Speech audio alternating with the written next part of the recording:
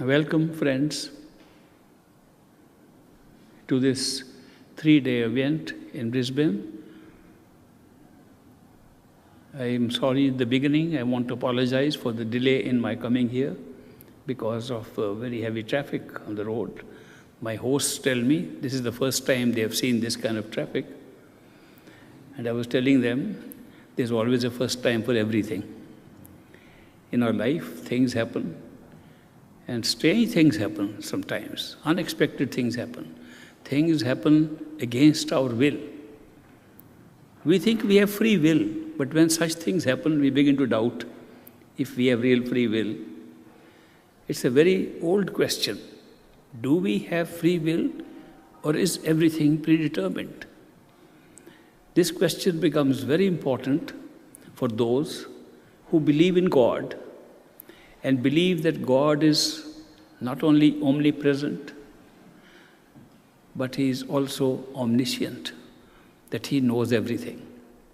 If God knows everything, won't He know what we are going to decide? If we can decide something with our own free will, which God does not know, He cannot be an all-knowing God. Here is a straight contradiction in religion itself. That if God knows everything, man cannot know everything.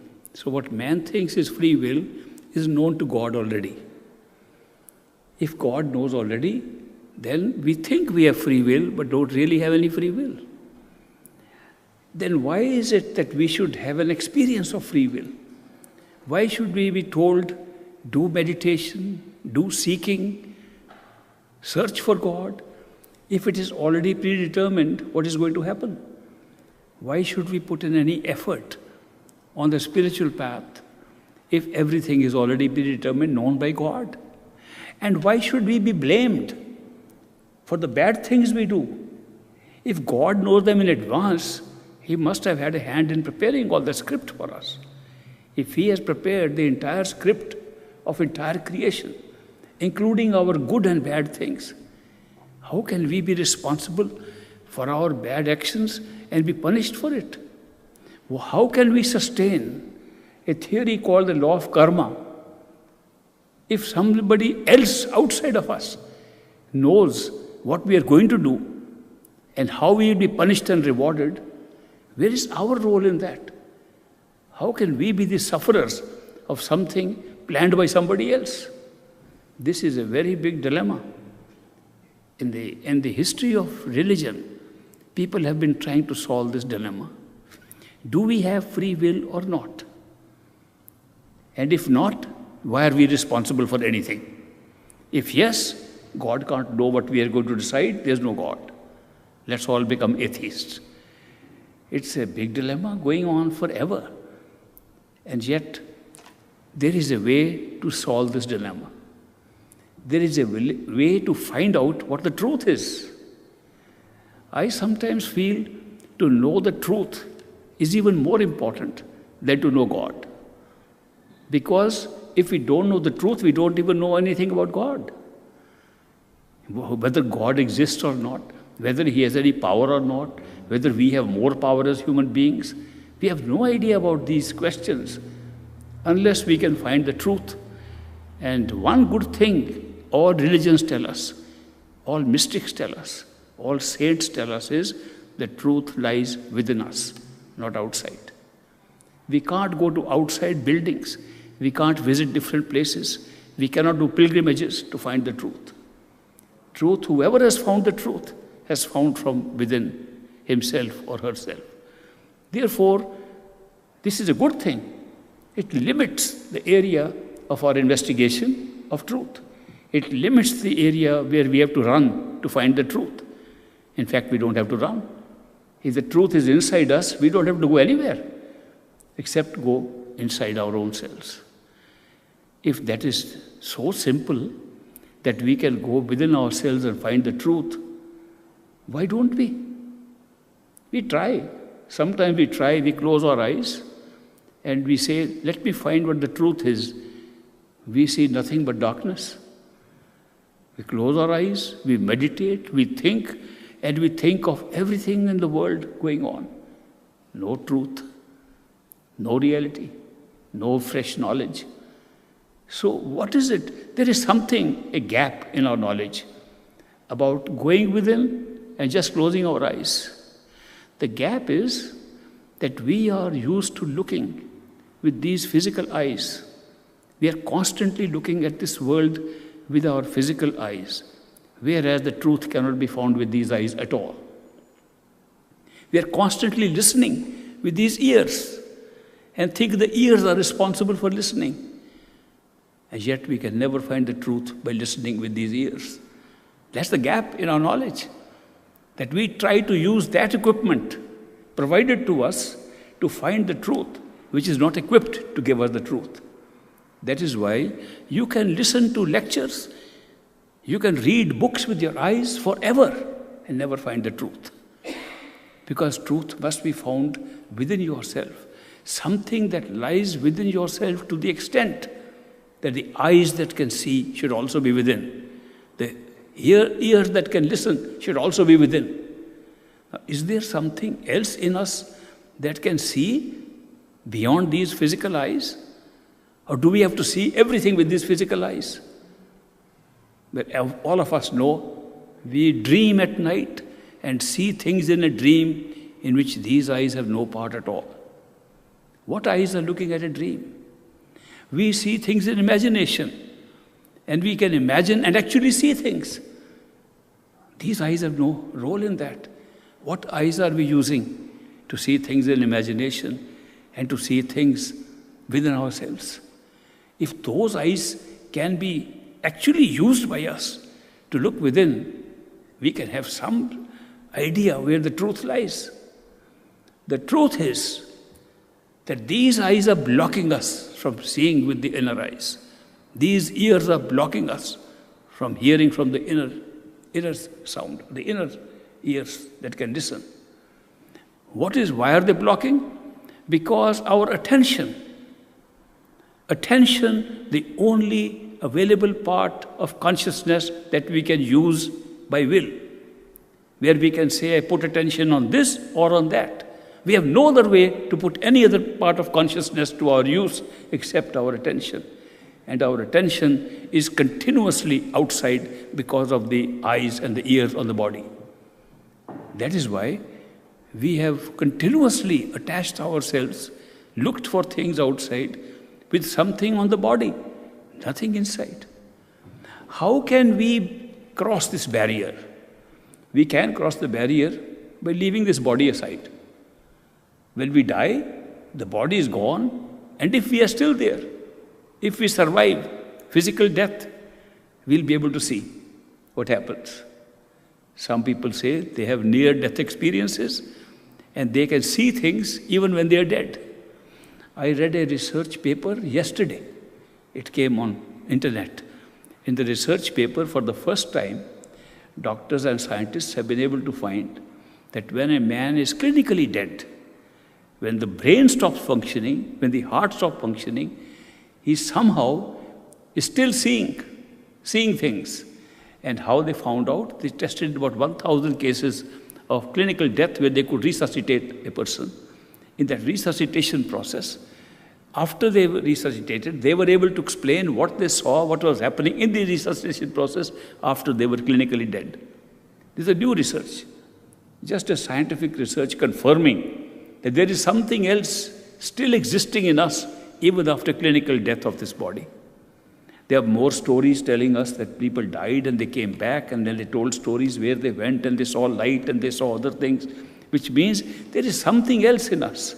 But one thing is common, that those who died and came back, they said they could see, they could hear.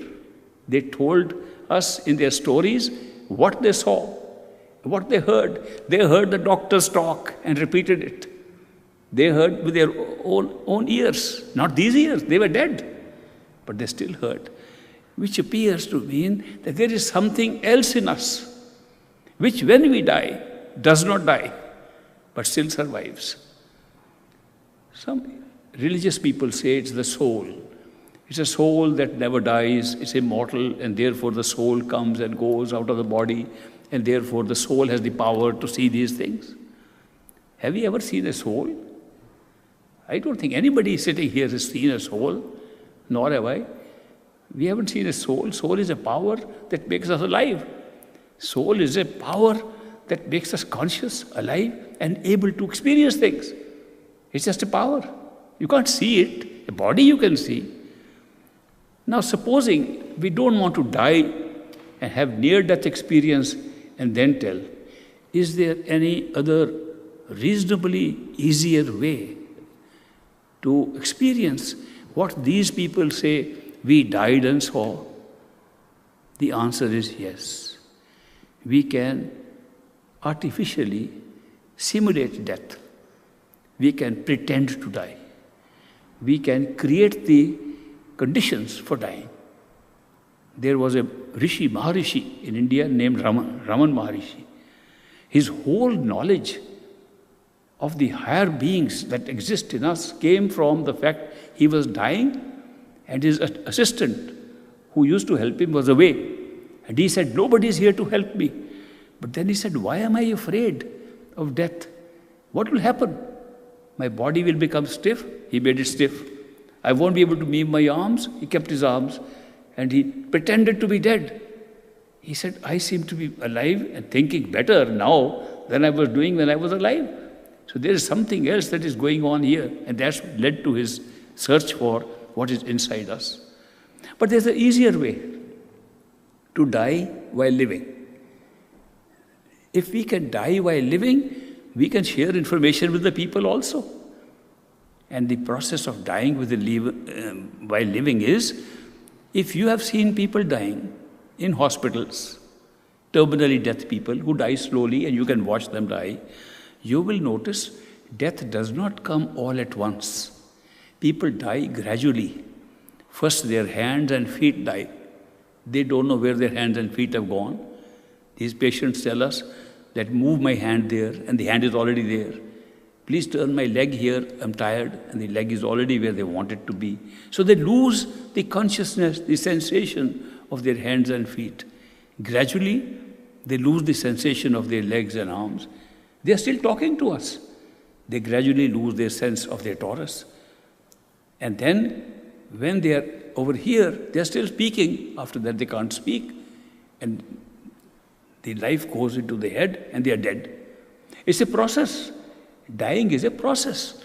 Dying is that your attention, your life force, your vitality is being pulled out from your extremities and goes all the way to the head, to your brain, and when the brain dies, you are dead. Can we do this artificially? Can we practice this dying without actually dying? It can be done. Because after all, what is making us feel that we have hands and feet is our scattered attention. Our attention is scattered into our whole body and we feel we have legs and feet and head and all that body. How do we know it? We have it. Because of our attention scattered, making us know we have this whole body. It's the attention, the scattering of attention, that creates our experience of the body.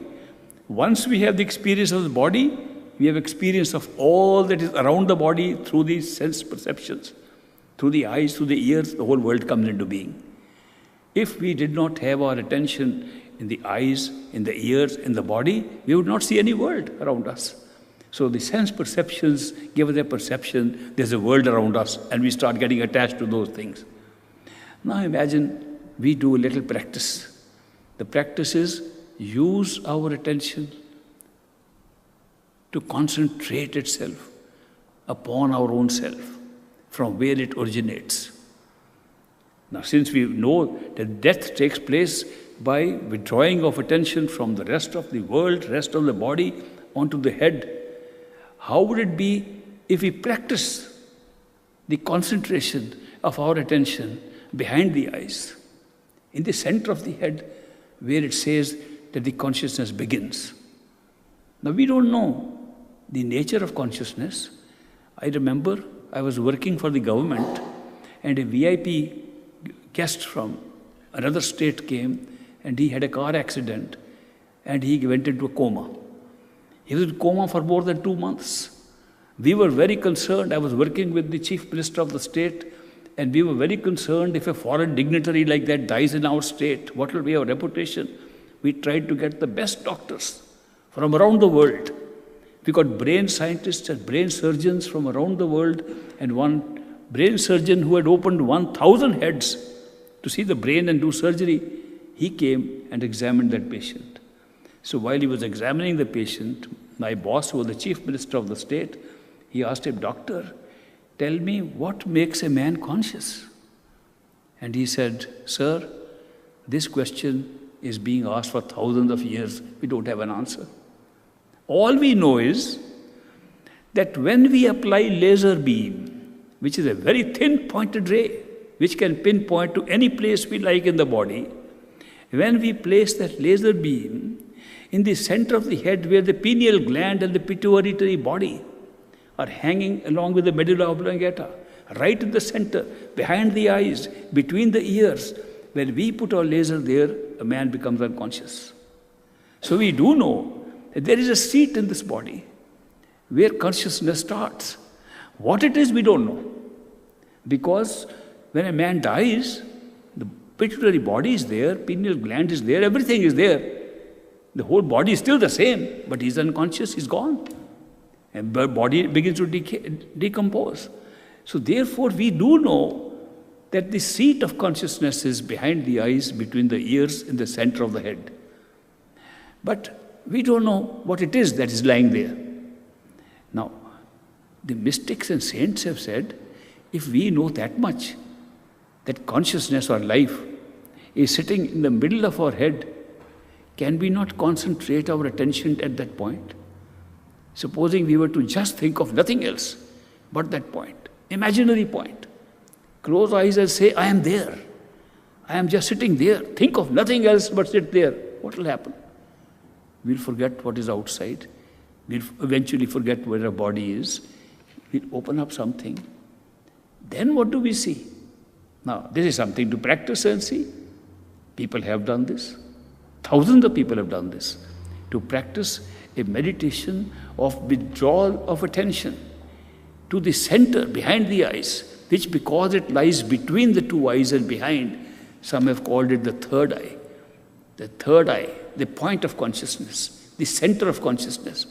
Whether you call it third eye or point of consciousness or whatever, you have found that by putting your attention there, you can withdraw it and artificially create the experience of death without dying.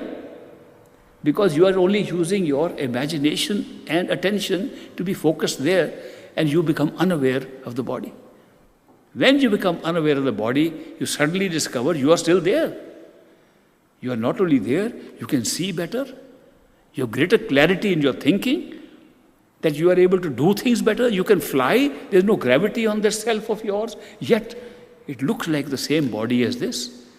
Which means there is something else which looks similar to this body, embedded in this body, and has all the sense perceptions of this body.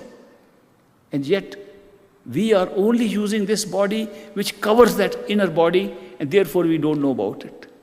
By doing this practice, we can become unaware of this body and open up an experience of an inner body which has eyes to see, ears to hear, hands to work, feet to walk, and to fly, because it has no gravity in it. This possibility exists, and people have tried it out. I think that is the very first step of saying that the truth lies within yourself. The first truth that we learn by doing this is, this body is not ourself. There's something else lying inside. And therefore, there's an ability in us to be able to access that body and leave this awareness of this body as if we are dead in this body, but alive in the inner body. It's a very big step towards knowing that we are not the physical body. Then more things happen. If we can sustain our experience of the inner body, not being aware of the outer body, sustain it for sufficient period, we discover that we have been here much longer than the physical body. The physical body has such a short life that it has only what people live 100 years, 80 years. They don't even live 200 years. Therefore, there is something else which we can recall The memory is still working. The brain is still working of the inner body. It can recall what happened 500 years ago, what happened 800 years ago, and that body was there when that happened. It's a personal recollection, personal memory. The personal memory comes up, you discover that the inner body is far more lasting than this body which we thought was our only self. First understanding that the self was not this physical body, something lying inside, which had longer duration, which was there before we were born in this body, which will be there when we die. We don't have to speculate on this. We don't have to imagine, will we be there or not? Test it out while you are here. Test it out today. Why wait for we'll die and we'll see what happens? Some religions teach us, you will see heaven, you will see hell, you will see when you die. Can't we see it today? Of course, some of us make our heaven and hell right here, but that's a different matter. But the truth is that we can discover that we have something inside us beyond what we are seeing as our self. This physical self is very temporary cover upon our real self. Now, if that is the real self, and it has long life, how much life does it have in terms of physical years? Average life of what I would call the ethereal body, the astral body, the sensory system body is 1,000 to 3,000 years normal of physical time. Which means with one body like that, we have come many times into different physical forms. And we can remember many of them when we are there. Our memory is sharper there than it is here. Our clarity of thinking, clarity of absorbing knowledge is much better there than here. Here we get old and we get confused and we lose our memory, we lose everything. Not there, because their age is different. So that is why we are able to find that there is something inner which we can hold on to for long sustained periods. When we can do that, we discover that is just a body also. It also has a head, it has eyes, it has ears, and you can still go inside that inner head and discover that body is not your real self at all. It's only a body providing sensory perceptions. It gives you the power to see, touch, taste, smell, that's all, just like this body. It is not our real self at all. The real self is hidden in this body, it's also hidden in the other one. Then what is the next step? Discovering the truth about our own self. Next step is go within the head of that body. Process, same process. Withdraw your attention from the experience of that body, from the experience of the body itself. Withdraw your attention to the center of consciousness which is being placed in that body behind the eyes also. Then what will happen? Now, I don't want to speculate. I want to tell you what happens if you do it. If you find a different result, let me know. I'll change my opinions. But I am saying in practice, if you practically do this, you will find that you can withdraw your attention from the inner body onto your own self, where thoughts arise, where concepts come, where ideas are born, where everything so abstract in nature, building blocks of experience are created there. Our destinies are created there. Life terms, how we are born, why we live like this is pre-recorded there. We first time find out that free will is just an experience and not real, because whatever we thought was free will was pre-recorded there. Wonderful experience. We have reached a state which people say is the origin of all experience, origin of all creation. They call it the Brahma stage, the stage of the Creator itself, the stage where you can discover everything. You discover that the mind which we thought was an individual gift to us was only participating in a universal mind that exists there. That we are just participants, that we can separate and join a universal mind from where all thoughts arise at that point. It's something of an extraordinary experience, difficult to explain, yet achievable, yet accessible through practice of the same thing, withdrawal of attention to our own self, withdrawal of attention to the point where we believe as conscious entities we exist. This can be done by methodical meditation. You can go these two steps. Not very difficult. But that's not all. There are mystics and saints. We call them perfect living masters who tell us something else. They say, you have reached the origin of these universes. You have reached the origin of the entire creation that we know of. You have reached the origin of time and space. You have reached the origin of all thoughts, all concepts, and reached the origin where once in a while everything is destroyed in dissolution. And then it's reborn. You reach that point and personally experience it. But you have not found your own self. That looks very odd because we have no form there. We are formless. We have reached the end. We have reached universal mind, universal thoughts, universality of everything. What else can be there? Very few people, very few mystics have come who have gone beyond that. They explain to us whatever you are experiencing is a mental experience. It may be mind, universal mind, or individual mind. These are creations of a mental power. That the mind can create these powers, and these powers exist in time and space, and that is why all our concepts, all our thinking is limited to time and space. We cannot contemplate, we cannot visualize anything outside of time and space, but we exist outside of it. Then how do we proceed further? Now that is where we need the help of somebody who is already on the other side from there. Because no amount of effort, no amount of trying can ever take us beyond, because all effort, all trying is with the mind. Everything we try ultimately boils down to thinking how to do it, to struggle to do it, to put in all your effort to do it. And none of these things can work to take you beyond these very efforts. The very agent, the very agency, the very equipment we have to create more knowledge itself is limited. And therefore, some rare mystics, very few have come. Very few are ever there, but they're always there. They tell us our soul, our true consciousness does not have any body. It does not even have a mind. Even mind is like a body. The mind is a body. They term the mind as a causal body, the body that causes all things to happen. It's a causal body, it's the cause of all things, but it's a body. It's a covering upon your true nature, true self, true essence, who you are. And there's a way to go beyond. And they can tell the way. Now that way does not involve concentration of attention. Because concentration of attention means pulling your force together to go somewhere. That can be accessed only through something else which pulls you, not pushes. You can push yourself in meditation, but you can't pull yourself in meditation. Something beyond the mind must pull you.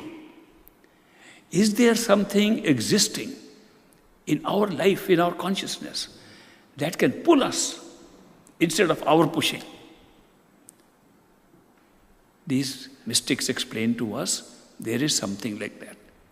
It's called love and devotion. What is love and devotion?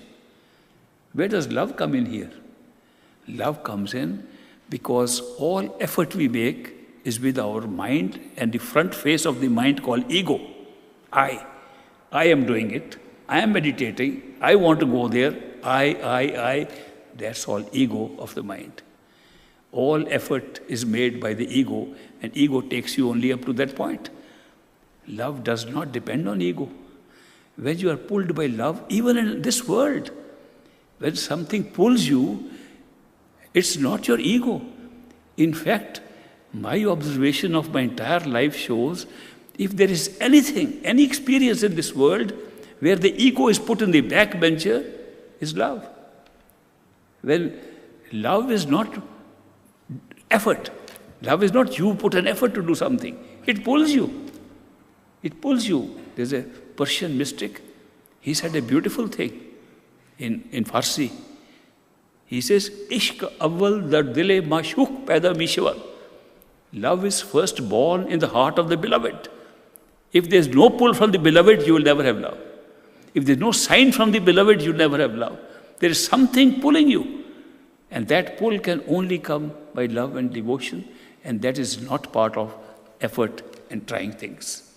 Therefore, something that is beyond the mind, which creates love, that should be able to pull us inside.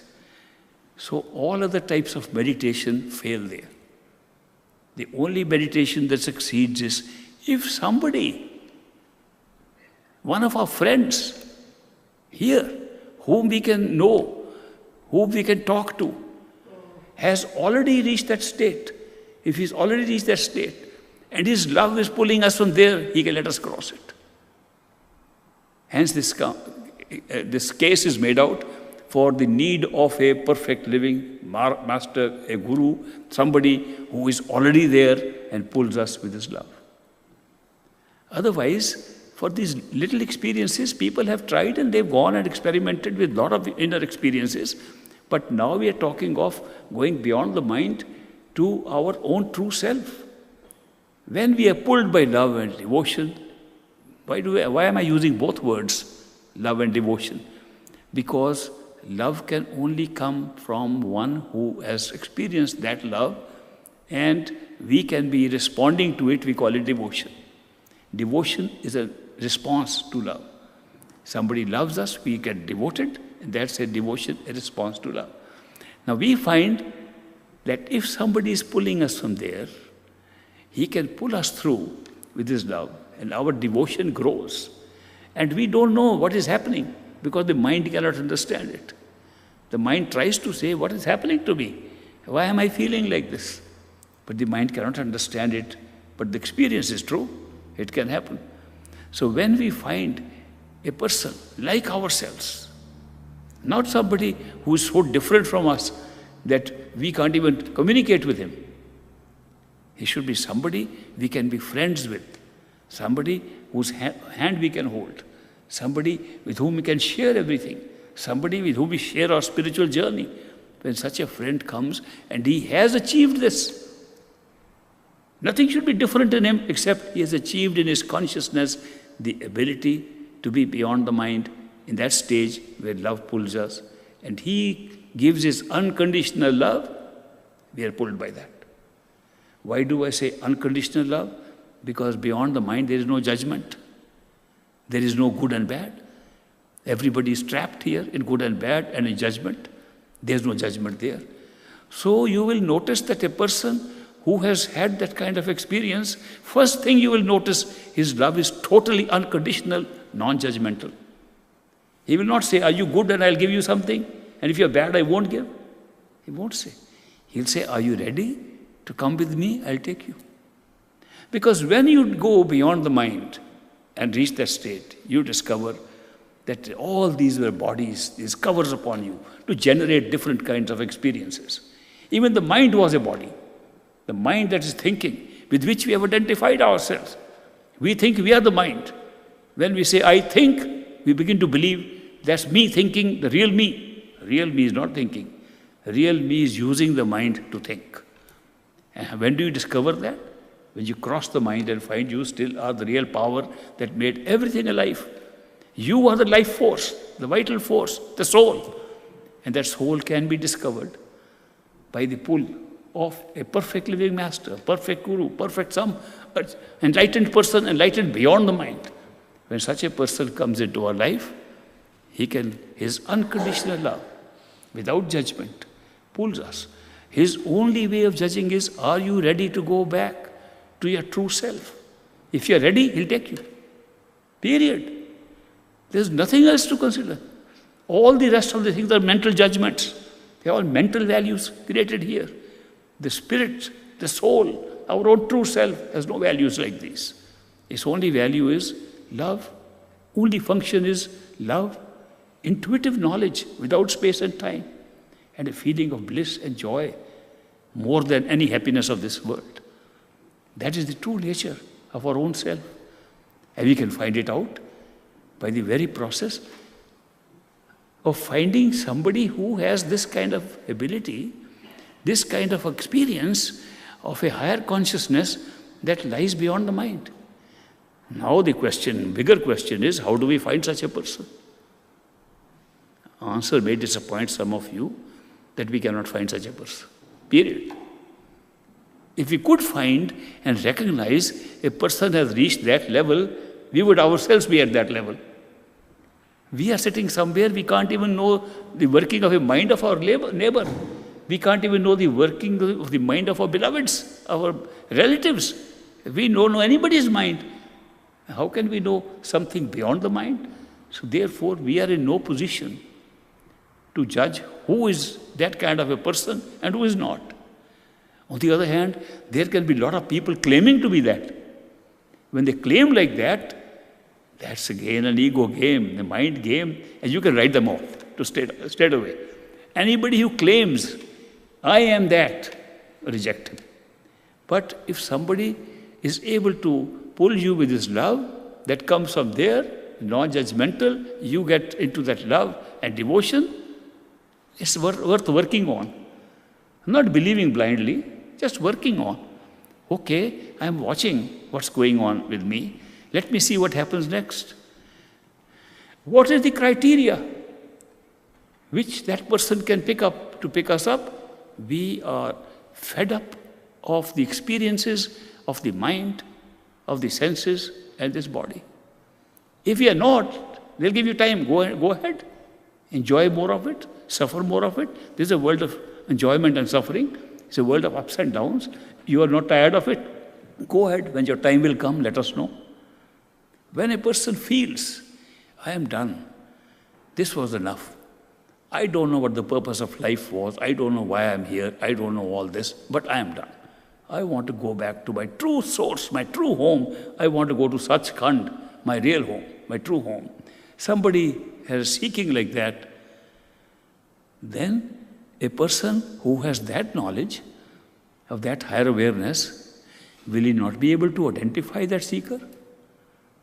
If a person we claim to have this kind of knowledge that he is beyond the mind and can see his own soul and other people's souls, won't he be able to see a seeker is ready? Of course he can. If he cannot, he has not reached that place. And if he can see, then he must come and pick you up, not that you go and find him. That is why they say that when the chela is ready, the guru appears. When a disciple is ready, the master appears. When a seeker is ready, then the ultimate power itself appears. Why do they say that? Because you cannot say whether chela is ready, he will find. They never say that. They don't say when you are ready to go home, you will be able to search and find. They say when you are ready, he will appear. How will he appear? How does a person with that kind of consciousness know there is a seeker somewhere and he is ready to go and I should appear? He appears through a very simple process. It's called coincidence. Life is full of coincidences. Things happen strangely against the laws of probability. And something will happen. You meet somebody, meet to open a book, read this, and somebody appears. When does he appear? When the seeker is ready. When you're ready, that person appears. And you marvel, I was looking for something like this all my life and nothing found, and suddenly somebody has appeared by coincidence, by circumstances. So when such a person appears, he'll appear like an ordinary person. So what will he do? Make friends with you. Okay, let me show you there is something. He'll take you and make you believe a little bit. Mind will doubt. More belief will come inside. Then little things will happen. Coincidences, more kids will say, these are miracles. These look like little miracles happening in my life.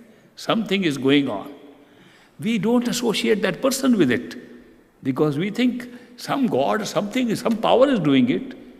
There's a human being sitting in your life, near you, and he's creating the conditions where you fall in love the same way that he is loving you.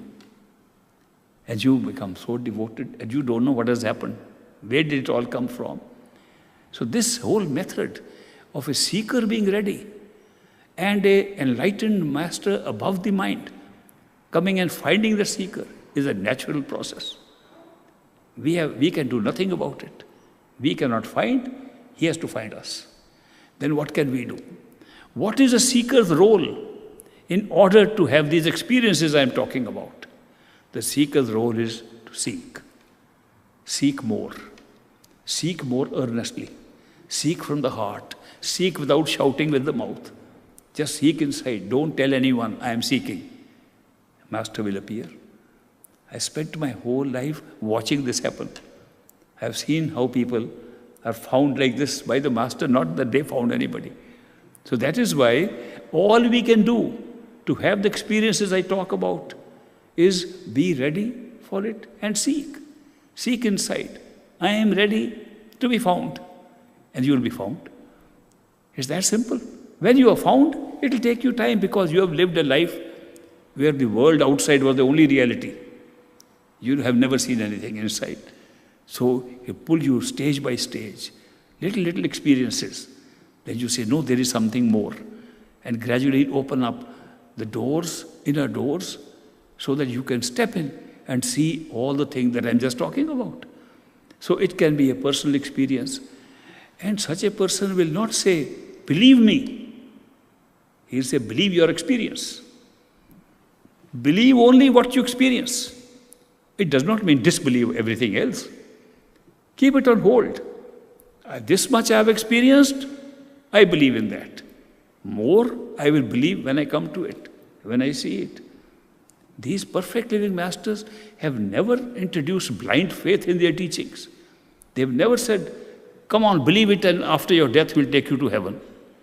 That's the role of religion, the role of religious leaders. They tell us that because they have only read the scripture, they have read books and they have got some prayers and they pray and they do these things.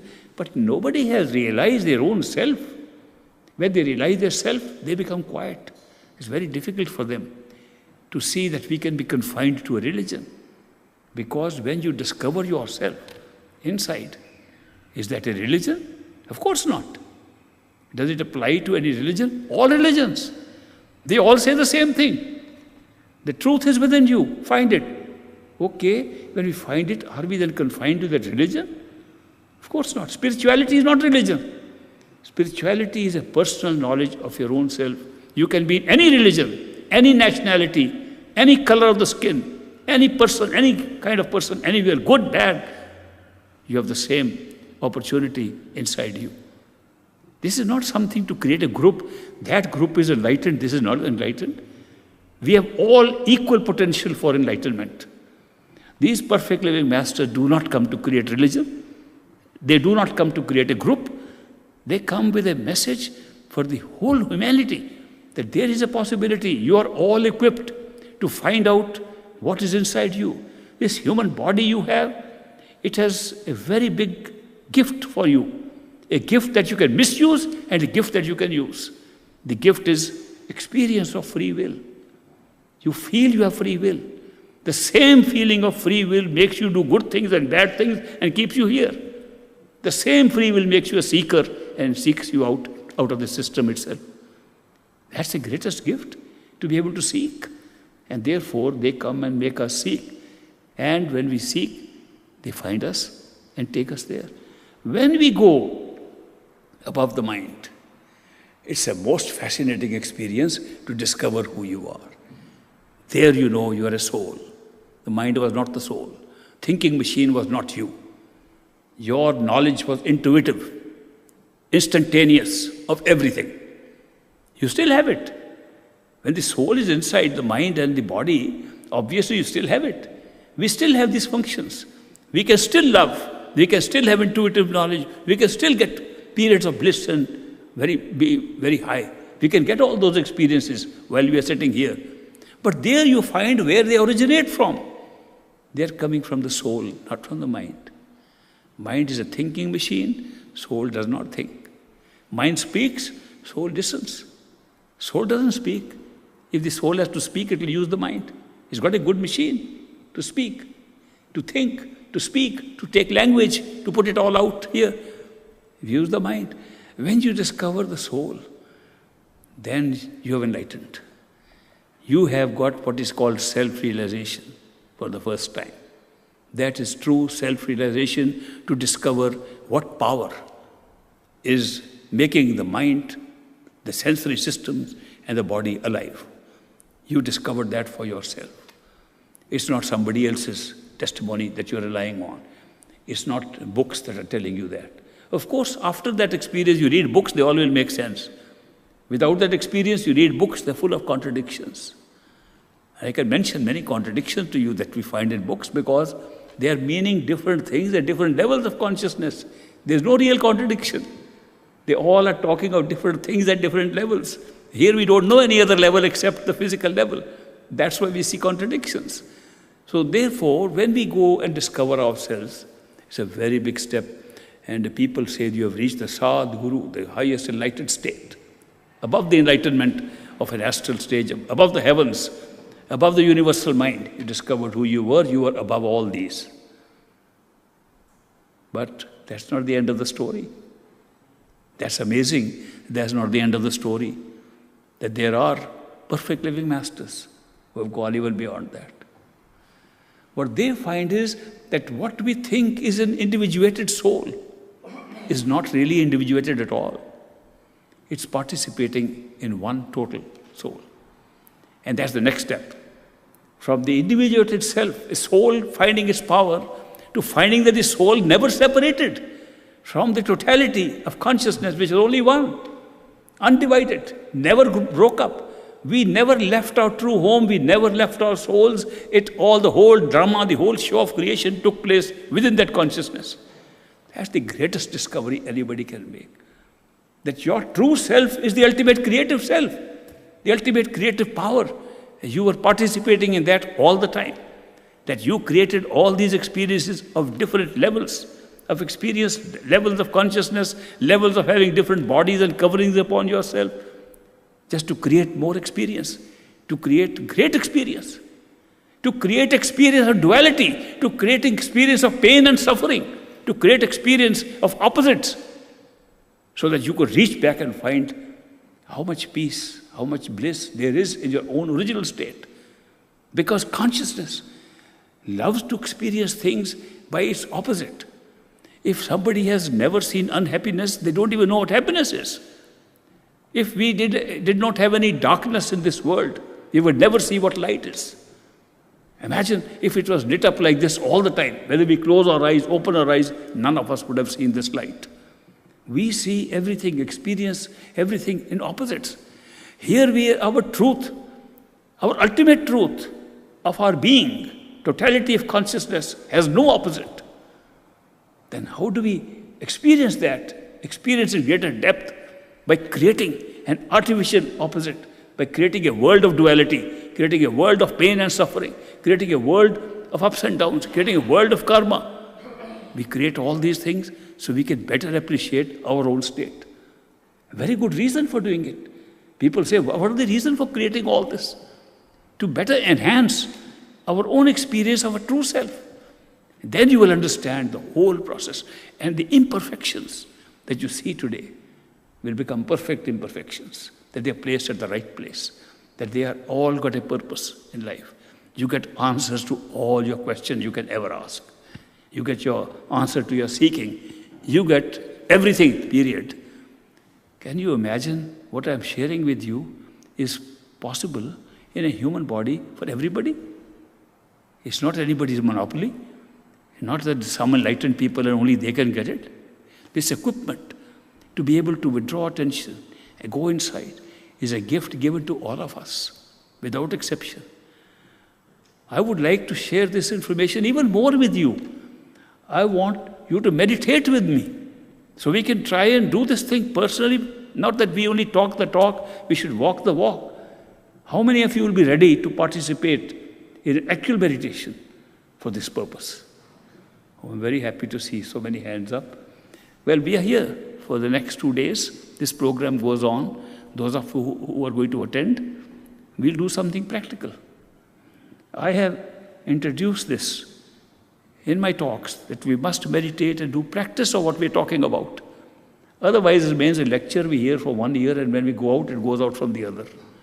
We are very peaceful here, and we go home and we have fights with our spouses, with our problem with our children, problem with our property, problem with everything. We don't learn anything just by hearing something. We learn by practicing something.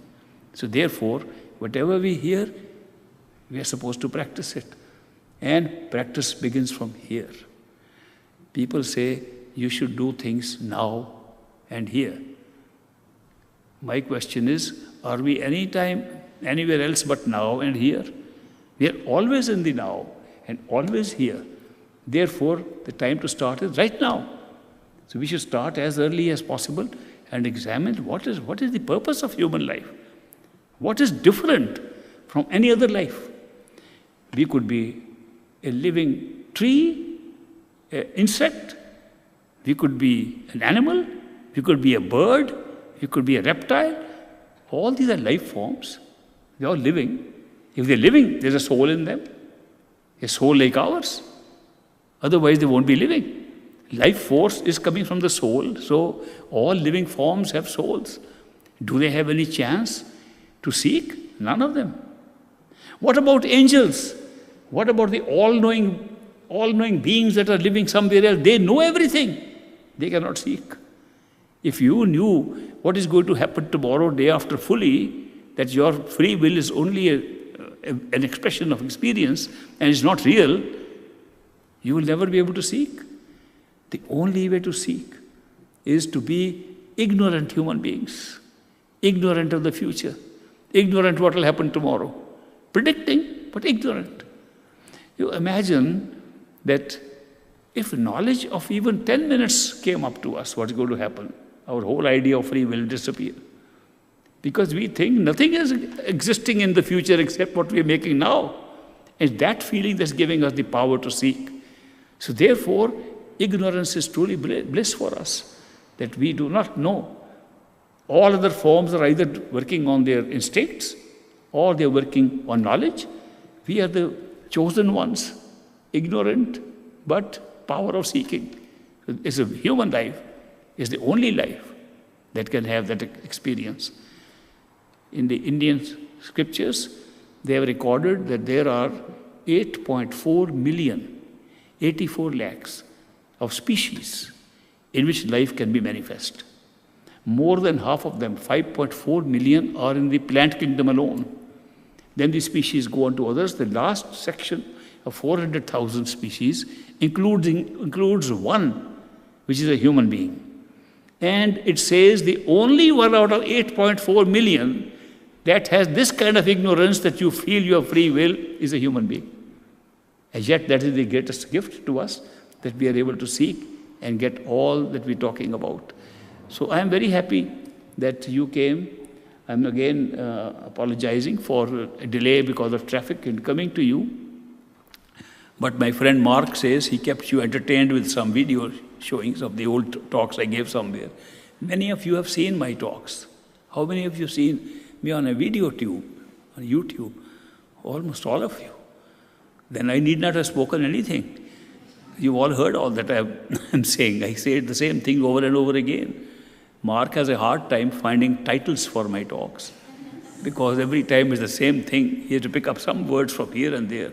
So I help him by changing the beginning of my talk and saying the same thing at the end and keeping the same middle.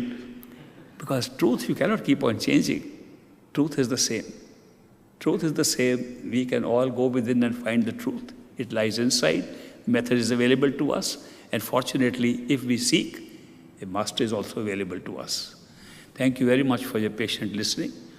And if you have any questions, I would request that you give them in writing. And we will take it up tomorrow. And they told me that there is, in the program, it says coffee, snacks, and some lecture also. So I don't know if coffee snack is still there. We still have about 15-20 minutes, so if anyone has questions, you want to do it? Or? They should be in writing, so we'll do it tomorrow. Okay. But what about coffee and snacks? I mean, they've had enough food for thought. They need something else. They come from distances. Some of them have come from distances. Okay. So we'll take a break. And I'll give interviews to a few people.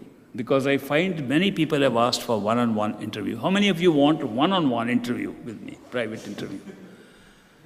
Wow, I think I better start today if you have to complete it. So while they are having coffee and snacks, I'll start the interviews and meet people and give them answer. I like to have a list of people who have asked for interviews so that we can see anybody not attending the function next 2 days, going away after today. Okay, so he'll come for the interview. Have you asked for interview? Okay, so people who are going away, I'll see them today only. And those who are staying on, we'll have enough time to have personal interviews as well as some practice of meditation in the coming 2 days. Thank you very much. God bless you.